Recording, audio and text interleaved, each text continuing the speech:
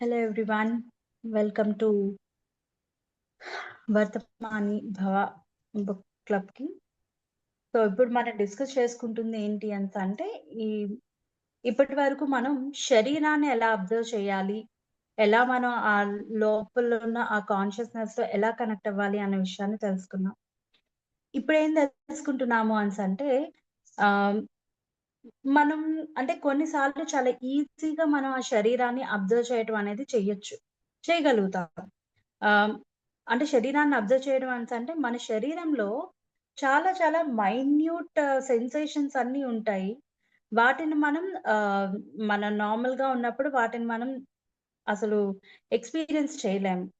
So, ఎప్పుడైతే మనం గమనిస్తామో దాన్ని ఎక్స్‌పీరియన్స్ చేయగలము అన్న విషయాన్ని మనం ప్రీవియస్‌గా నేర్చుకున్నాం. సో, ఇప్పుడు మనం ఏ విధంగా నేర్చుకుంటున్నామంటే, ఎప్పుడైతే మనం ఆ విధంగా చేయటం అనేది కష్టమవుతుందో, చేయలేకపోతూ ఉన్నామో, దానికి ఏమి ఇక్కడ సలహా చెప్తున్నారు అంటే ఆహ్, అంటే 2 వేస్‌లో ఇక్కడ చెప్తున్నారు. ఒకటి శరీరాన్ని గమనించడం అనేది ఒక విషయాన్ని మెన్షన్ చేస్తున్నారు. ఇంకొకటేంటంటే, మన మైండ్ అనేది కొన్ని టైమ్స్‌లో చాలా అన్‌కంట్రోలింగ్‌గా ఉంటుంది. ఏ టైమింగ్స్‌లో అన్‌కంట్రోలింగ్‌గా ఉంటుంది? మనం ఎప్పుడైతే ఏదైనా విషయంలో బాగా బాధపడుతూ ఉన్నప్పుడు ఉంటుంది. అలానే మనకి టెన్షన్ ఉన్నా, లేదంటే ఎవరి మీదైనా ఏదైనా కోపం ఉన్నా అంటే ఎమోషనల్ ఇంబాలెన్స్ అనేది బాగా ఎక్కువగా ఉన్నప్పుడు మన మైండ్‌ని అంత తొందరగా మనం ఒక స్టేబుల్ దీంట్లోకనేది పెట్టుకోలేమనమాట. సో, దానికి కావాల్సిన సలహా ఏమైనా ఉందా అన్న విధంగా అడిగినప్పుడు, ఈ రెండిటిని కూడా కలిపి చెప్తూ ఉన్నారనమాట ఇక్కడ. ఏమనంటే ఆహ్, ఈ అంతర్శరీరంతో మనం ఆహ్, ఇలా కనెక్ట్ అవ్వడం అంటే మనం బాడీని అబ్జర్వ్ చేస్తూ కనెక్ట్ అవ్వడం ఇబ్బంది అవుతుంది అనేసంటే, మన బ్రెత్ అనే దాన్ని ఒక టూల్ లాగా తీసుకొని మనం దాన్ని కనెక్ట్ అవ్వచ్చు అనే విషయాన్ని చెప్తూ ఉన్నారనమాట. ఏ విధంగా కనెక్ట్ అవ్వచ్చు? మనం ఏదైతే ఫాలో అవుతామో ఎప్పుడు బుద్ధుడు ఫాలో అయ్యే టెక్నిక్ ఆనాపానసతి. రైట్? ఆహ్, నేచురల్ ప్రాసెస్ అనేది ఇన్‌హలేషన్ అండ్ ఎక్సలేషన్ అనేది ఆహ్, చేస్తూ ఆ మెడిటేటివ్ స్టేట్ అన్న దాని దగ్గరికి వెళ్ళమనేసి అంటున్నారు. ఓకే. ధ్యానం చేయమని చెప్తున్నారు. సో, దీంట్లోని ఇంకొకటి కూడా ఏం చెప్తున్నారు అంటే ఆ శ్వాసని చాలా డీప్‌గా గమనించి దాన్ని ఎక్స్‌పీరియన్స్ చేయండి అని చెప్తున్నారు ఫస్ట్ స్టెప్‌లో. ఓకే. దాని తర్వాత ఏం చెప్తున్నారు అంటే కొద్దిగా మనం దాన్ని ఎక్స్‌పీరియన్స్ చేసిన తర్వాత నెక్స్ట్ చెప్పేది ఏం చెప్తున్నారు అంటే ఒక విజువలైజ్ చేసుకోండి. ఏమని విజువలైజ్ చేసుకోవాలి మనం? కళ్ళు మూసుకొని ఒక మంచి లైట్ అంటే మన సరౌండింగ్స్ అంతా కూడా ఒక లైట్‌తో ఫిల్ అయ్యుంది అన్న విషయాన్ని ఎక్స్‌పీరియన్స్ చేయండి. అంటే విజువలైజ్ చేసుకోండి. అలానే మనం ఎక్కడైతే ఉన్నామో అదేంటంటే ఆ చైతన్యం అన్న సముద్రంలో మునిగి తేలుతున్నాము అన్న విషయాన్ని విజువలైజ్ చేసుకోండి అన్నారు. ఆ విజువలైజ్ చేసుకున్న తర్వాత, అక్కడ కూర్చొని మనం ఎప్పుడైతే మెడిటేషన్ చేస్తూ ఉన్నామో, మనం ఇన్హలేషన్ అనేది తీసుకుంటూ ఉన్నప్పుడు ఏమని విజువలైజ్ చేసుకోమంటున్నారు? మన సరౌండింగ్స్‌లో ఏదైతే ఆ కాంతి అనేది ఉందో, దాన్ని మనం ఇన్‌హేల్ చేస్తున్నప్పుడు మన శరీరంలోకంతా వెళ్తుంది అన్న విషయాన్ని విజువలైజ్ చేసుకోమని చెప్తున్నారనమాట. ఎప్పుడైతే మనం ఆహ్, ష ఆ కాంతి అంతటిని మన శరీరం అంతా కూడా ఫిల్ అయ్యి ఉంది అన్న విషయాన్ని విజువలైజ్ చేసుకోవాలి. ఫుల్‌గా విజువలైజ్ అంటే ఇంక పూర్తిగా భావించాలన్నమాట. ఫీల్ అవ్వాలి దాన్ని డీప్‌గా. ఇప్పటి వరకు ఏం చేసాం మనం? ముందు 2 థింగ్స్ కాంతి ఉన్నట్టు ఊహించుకున్నాం. అలానే ఆహ్, ఈ ఒక చైతన్యమన్న సముద్రంలో మునిగి ఉన్నాము అన్న విషయాన్ని ఆహ్, ఊహించుకున్నాం. ఇక్కడేంటంటే ఏదైతే కాంతి మనం శ్వాస ద్వారా తీసుకుంటూ ఉన్నామో, అది మన శరీరం అంతా ఫిల్ అయ్యి ఉంది అన్న దాన్ని ఎక్స్‌పీరియన్స్ చేయమంటున్నారు. ఫీల్ అవ్వమంటున్నారనమాట. డీప్‌గా మనం ఫీల్ అవ్వడం అనేది చేయగలగాలి. యెస్. నా శరీరం అంతా కాంతితో ఫిల్ అయ్యింది అన్నది. మనం ఎంత డీప్‌గా దాన్ని భావిస్తామో, అంత మంచి అనుభూతి అనే దాన్ని మనం పొందగలుగుతామనమాట. ఓకే. అదేంటంటే ఆ దృశ్యంలో ఆహ్, అంటే ఎప్పుడు కూడా ఈ ఎక్స్‌పీరియన్సెస్ ఏమొచ్చినా, ఈ స్టెప్స్ ఏం ఫాలో అవుతున్నా సరే దేనికి కూడా అతుక్కుపోకూడదు. అటాచ్ అయిపోకూడదు. ఓకే. నాకిక్కడ బావుంది కదా! ఇలానే ఉండిపోతాను. ఇదే కంటిన్యూ చేస్తాను నేను. ఇంక నేను ముందుకెళ్ళనవసరం లేదు. ఇది చాలు. నాకిక్కడ హ్యాపీగా ఉంది. అన్న కైండ్ ఆఫ్ దీంట్లో నేనెప్పుడు ఉండిపోకుండా అది ఒక ఎక్స్‌పీరియన్స్. అదయిపోయిన తర్వాత 1 టైమ్, 2 టైమ్స్ ఒక 1 మంత్ ఫాలో అవ్వాలనిపిస్తే ఫాలో అయ్యి, మళ్ళీ దాని నుంచి బయటకొచ్చి మన జర్నీ అనేది ముందుకు వెళ్ళాలన్నమాట. ఒకే దగ్గర ఎప్పుడు కూడా ఉండిపోకూడదు. ఓకే. దెన్ నెక్స్ట్ బుద్ధిని సృజనాత్మకంగా వాడటం. సో, మనకున్న బుద్ధిని ఎలా వాడాలి అన్న దాన్ని చెప్తున్నారనమాట. మీరు మీ బుద్ధిని ఒక ప్రత్యేక లక్ష్యం కోసం ఉపయోగించవలసి వస్తే, దానిని మీ అంతర్శరీరంతో కలిపి ఉపయోగించండి. చూడండి, మీరు మీ బుద్ధిని ఒక ప్రత్యేక లక్ష్యం కోసం ఉపయోగించవలసి వస్తే, దానిని మీ అంతర్శరీరంతో కలిపి ఉపయోగించండి. This a very beautiful point.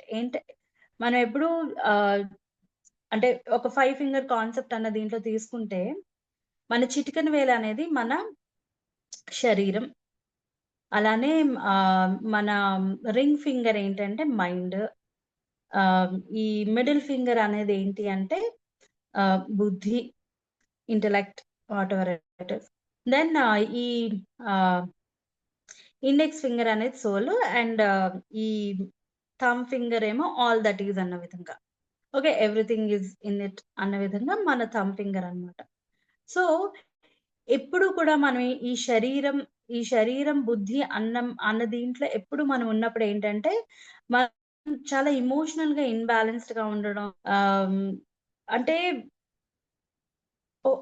ఒక కైండ్ ఆఫ్ బాలన్స్ అనేది మిస్సింగ్ అన్న స్టేజ్‌లోని ఎక్కువగా మనం చూస్తూ ఉంటాం. ఈవెన్ మనం కూడా పర్సనల్‌గా ఎక్స్‌పీరియన్స్ చేసి ఉండొచ్చది. రైట్? ఎప్పుడైతే మనం ఈ రెండిటిని అంటే మైండ్ అన్ని ఈ ఇంటెలెక్ట్ అనే దాన్ని కలుపుతామో, ఆ కలపడం అనేది ఏ విధంగా వస్తుంది? ఈ మైండ్ అనేది సొసైటీ క్రియేట్ చేసుకున్న మైండ్ ఇది. ఈ మైండ్ అనేది ఎప్పుడైతే క్రియేట్ అవుతూ పెరగడం స్టార్ట్ పిల్లల్లో ఈ మైండ్ అండ్ ఈ బుద్ధి అనే 2 చాలా క్లోజ్ ఫ్రెండ్స్ అన్నమాట.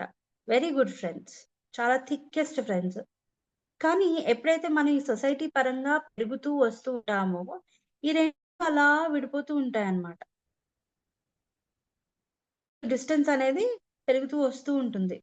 ఎప్పుడైతే మనం మళ్ళీ ఈ మెడిటేషన్ అన్న దీనితోని, నాలెడ్జ్ అంటే విజ్డమ్ రిలేటెడ్ స్టఫ్ అనేది ఎప్పుడైతే మనం పెడతామో, అప్పుడు ఈ మెడిటేషన్ హెల్ప్‌తోని, ఈ విజ్డమ్ అన్న దీనితోని ఈ ఈ మైండ్ అండ్ ఈ ఇంటెలెక్చువల్ మైండ్ అనేది మళ్ళీ థిక్ ఫ్రెండ్స్‌గా మారుతాయి. ఆ థిక్ ఫ్రెండ్స్‌గా మారినప్పుడు ఏంటంటే they became one. There is no mind వేరు, ఇంటెలెక్చువల్ మైండ్ వేరు అనేది లేదక్కడ అప్పుడు. ఓన్లీ ఒకటే ఉంటుంది. బుద్ధి అన్న విషయం ఒకటే ఉంటుంది. ఆ బుద్ధితో మనం ఎప్పుడైతే ఆహ్, అంటే బిగ్గర్ గోల్స్ అన్న కోసం చేస్తామో, అప్పుడెప్పుడు గూడా ఏంటంటే మన intellectual mind at the same time మన అంతర్శరీరం అంటే మన కాన్షియస్ ఆ శరీరం ఏదైతే ఉందో ఆహ్, ఓకే. చైతన్య శరీరమో లేదంటే అంతర్శరీరము వాటెవర్ వి నేమ్ ఇట్. ఆహ్, ఆ రెండిటితో కలిపి మనం మన డెసిషన్స్ అనేవి తీసుకోవాలి. ఆహ్, ఆ 2 మనల్ని ఎలా గైడ్ చేస్తే ఆ విధంగా వెళ్ళాలి అన్న విషయాన్ని ఇక్కడ చెప్తూ ఉన్నారనమాట. ఇ ఇ ఇది చాలా ఇంపార్టెంట్ పాయింట్. ఈ ఈ 2 కలపడం అనేది చాలా చాలా ఇంపార్టెంట్. మన డే టు డే లైఫ్ అన్న దీంట్లోనే. మనం ఎంతలాగా ఈ రెండిటికి కనెక్ట్ అయ్యి ఉంటామో, అంతలా మనం గైడెన్స్ తీసుకుంటాం. అది గైడెన్స్ ఈస్ నథింగ్ బట్ ఇంట్యూషన్‌గా స్ట్రాంగ్ ఇంట్యూషన్స్, మనం డ్రీమ్స్ త్రూగా మంచిగా ఇంకా డీప్‌గా తెలుసుకోవడం. దాని మీద ఇంకా క్లారిటీగా తెలుసుకోవడం. ఎవరైనా వచ్చి మనకి చాలా బాగా దానికోసం క్లియర్‌గా అనుకోకుండా దానికోసం మాట్లాడి క్లారిటీ ఇవ్వటం. అవన్నీ కూడా ఎందుకంటే మనం వాటి రిలేటెడ్‌గా చాలా క్లియర్‌గా ఉన్నాం కాబట్టి, మనకి వచ్చే ఆ గైడెన్స్ అనేది కూడా చాలా క్లియర్‌గా కనిపిస్తుంది మనకి. ఓకే. ఆలోచన రహిత స్థితిలో కూడిన చైతన్య స్థాయిలో మాత్రమే మీరు మీ బుద్ధిని సృజనాత్మకంగా ఉపయోగించగలరు. ఆ స్థాయికి చేరగల సులభ మార్గం మీ శరీరం ద్వారా మాత్రమే. ఎప్పుడైనా ఒక సమాధానం, ఒక పరిష్కారం లేదా సృజనాత్మక ఆలోచన అవసరమైతే, ఒక్క క్షణం పాటు ఆలోచించటం మాని, మీ అంతర్శక్తి క్షేత్రంపై దృష్టి సాధించండి. జస్ట్ అంటే ఈ వెంటనే మన మైండ్‌లోకొచ్చిన థాట్స్ అనేది కాకుండా జస్ట్ మంచిగా ఒక బ్రెత్ అనేది తీసుకోవటం. ఆహ్, అలా బ్రెత్ అనేది ప్రాపర్‌గా అబ్జర్వ్ చేసి ఉన్నప్పుడేంటంటే, మనం ఆ ప్రెజెంట్ మూమెంట్‌లోకొస్తాం కాబట్టి, అప్పుడు మనం ఏదైతే థింక్ చేస్తున్నామో దానికి రిలేటెడ్‌గా దాని ఆన్సర్ అనేది మనకి ఇంకా క్లియర్‌గా, క్లారిటీగా వస్తుంది. At the same time we need to take some time to get connected with our thing and do this thing. మనం వెంటనే డెసిషన్స్ తీసుకొని వెంటనే ఏదో చేసి, అయ్యో! ఇలా చేసామే అని అనుకోకుండా ఒక 5 మినిట్సో, 10 మినిట్సో కామ్‌గా ప్రశాంతంగా మనం తీసుకునే డెసిషన్స్ అనేవి తీసుకున్నప్పుడు ఆహ్, అంటే అప్పటికి ఆ కనెక్టివిటీ అనేది మనతో ఎప్పుడూ ఉంటుంది. Just will give much more time to clarify it అంతే.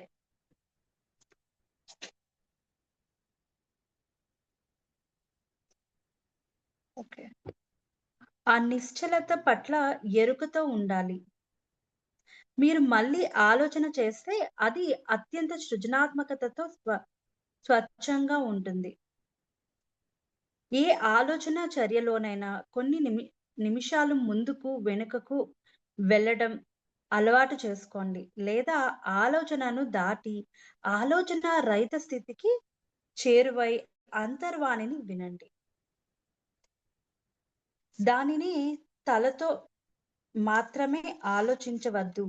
మొత్తం శరీరంతో ఆలోచించండి అని చెప్పవచ్చు.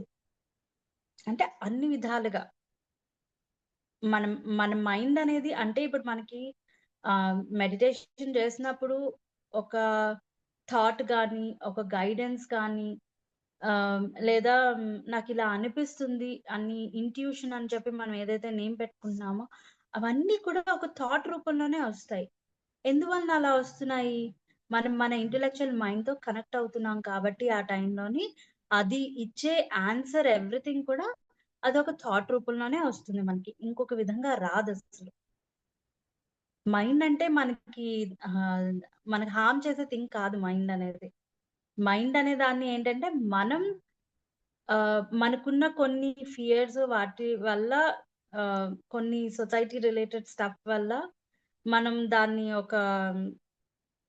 ఒక అంటే దేనికైనా సరే కీడెంచు, మేలెంచు అన్న కైండ్ ఆఫ్ వేలోనే మనం దాన్ని పెంచుతూ వచ్చాం కాబట్టి, ఆ విధంగా వెళ్తూ ఉందది. లేదు అంటే మైండ్ అనేది మనకి చాలా చాలా పెద్ద అసెట్ అన్నమాట. ఓకే. సో, ఎప్పుడైతే మనం ఆ అంతర్‌గా కనెక్ట్ అయ్యి ఉంటామో, ఎప్పుడు కూడా మనం ఆ ఇన్నర్ అన్న దాంతో కనెక్ట్ అయ్యి ఉంటామో, మనం మనం తీసుకునే ప్రతి డెసిషన్ కూడా it is for a very good cause. Very good way. మనం తీసుకెళ్ళే ప్రతి స్టెప్ కూడా చాలా క్లియర్‌గా, ఈజీగా మన గోల్‌ని రీచ్ అయ్యే విధంగానే మన స్టెప్స్ అనేవి ఉంటుందన్నమాట. వినే కళ. ఎవరినైనా వినేటప్పుడు కేవలం బుద్ధితో లేదా చెవులతో వినకండి. మీ మొత్తం శరీరాన్ని ఉపయోగించి వినండి. మీరు వినేటప్పుడు మీ అంతర్శరీరంలోని శక్తి క్షేత్రాన్ని అనుభూతి చెందండి. అప్పుడు అది మీ శ్రద్ధను ఆలోచన వైపు మళ్లించకుండా చేసి, ఒక శూన్యాన్ని సృష్టించి, మనసు ప్రమేయం లేకుండా వాస్తవాన్ని వినేటట్లు చేస్తుంది. మీరు ఎదుటి వారికి ఉన్నది ఉన్నట్లుగానే చోటు ఇస్తున్నారు. మీరు ఇవ్వగలిగిన అతి విలువైన బహుమతి అదే. చాలా మంది వినేటప్పుడు ఆలోచనలకు ఆలోచనకు చోటిస్తారు. కనుక వాళ్ళకి ఏ విధంగా వినాలో తెలియదు. అంటే మైండ్ అనేది ఏదో ఆలోచిస్తూ ఉంటుంది. ఇటువైపు నుంచి ఏదో వస్తూ ఉంటుంది. సో, 2 వర్క్స్ జరుగుతూ ఉన్నాయి కాబట్టి ఏది కూడా ఫుల్ ఫ్లెడ్జెడ్‌గా చేయలేమనమాట. వాళ్ళు ఎదుటి వ్యక్తి చెప్తున్న విషయం కన్నా ఆలోచన పట్ల ఎక్కువ శ్రద్ధ చూసి వాస్తవం ఏమిటనేది పట్టించుకోరు. అంటే వాళ్ళు ఏది చెప్తున్నారు అన్న విషయాన్ని పట్టించుకోకుండా వాళ్ళకి ఆలోచనలు మేబీ టాపిక్ రిలేటెడ్ గానే మనకంటూ కొన్ని ఆహ్, థాట్స్ ఉంటాయి కదా! దాని పరంగా. అవి ఎక్కువ మనకి సర్ఫేస్‌లోకి రావడం వల్ల, మనం వాళ్ళు చెప్తున్న పాయింట్ అనే దాన్ని మనం అంత ఎక్కువగా తీసుకోలేకపోవచ్చు. అయితే ఎదుటి వాళ్ళు తత్వాన్ని ఎవరు తమ స్వీయ దృష్టితో కాకుండా వేరే దర్శించలేరు. అది ఏకత్వాన్ని గుర్తించటానికి మొదటి అడుగు అది. ప్రేమ ప్రగాఢ లోతుల్లో మనం ఉనికి అంతటితో ఏకత్వంతో ఉంటాం.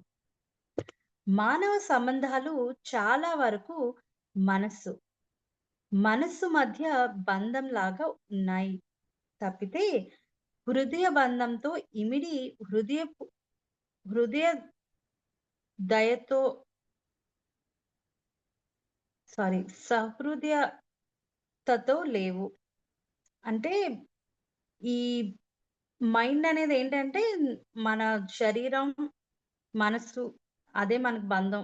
దానికి మించి ఇంకేం లేదు అన్న కైండ్ ఆఫ్ జోన్‌లోనే నాకు ఈ విషయాలేమి తెలియనంత వరకు కూడా నేను అదే అనుకునేదాన్ని. ఓకే. అంటే ఇదొక శరీరము, మైండ్ అనేది ఒకటుంది. అదెలా చెప్తే ఈ శరీరం అనేది యాక్ట్ చేస్తది. అంతే. అక్కడి వరకే తెలుసు నాకు. నాకు దీనికి మించి ఏం తెలీదు. అండ్ మనలో ఉన్న ఫియర్స్ అని కొన్ని కొన్ని కైండ్ ఆఫ్ హాబిట్స్ అని మనకి నచ్చకపోయినా సరే ఇవి అలానే ఉంటాయి. ఇంకా ఇన్‌బిల్ట్‌గా అలానే వచ్చాయి కదా! అలానే ఉంటాయి. వాటిని మార్చుకోవచ్చు అన్నది కూడా తెలీదు నాకు. సో, ఆహ్, అంటే అంతే అండర్‌స్టాండింగ్ ఉందన్నమాట. There is nothing. ఇప్పుడేంటంటే ఈ మనసు అనేది, ఈ హృదయం అనేది 2 వేరు వేరు అన్న విషయం కూడా తెలీదు నాకు. ఏమనుకునేదాన్నే ఈ మనసంటే ఈ హృదయాన్న, మనసన్న ఒకటే దానికి 2 పేర్లున్నాయి. That is what is my understanding అంతే. దానికి మించి ఎక్కువేం తెలీదు.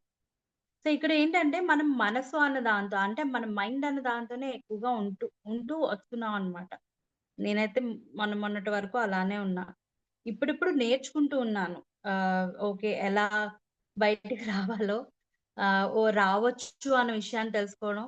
Every day it's a new learning కదా! So, okay. ఇలా కూడా ఉంటదా? ఓకే. నాలో ఇది నాది స్ట్రెంగ్త్ అన్నమాట. ఓకే. నాకిది వీక్‌నెస్ అన్నమాట అన్న విషయాన్ని ఎవ్రీ డే తెలుసుకుంటా. ఎవ్రీ డే అంతే సర్ప్రైజ్ ఫీల్ అవుతూ ఉంటా.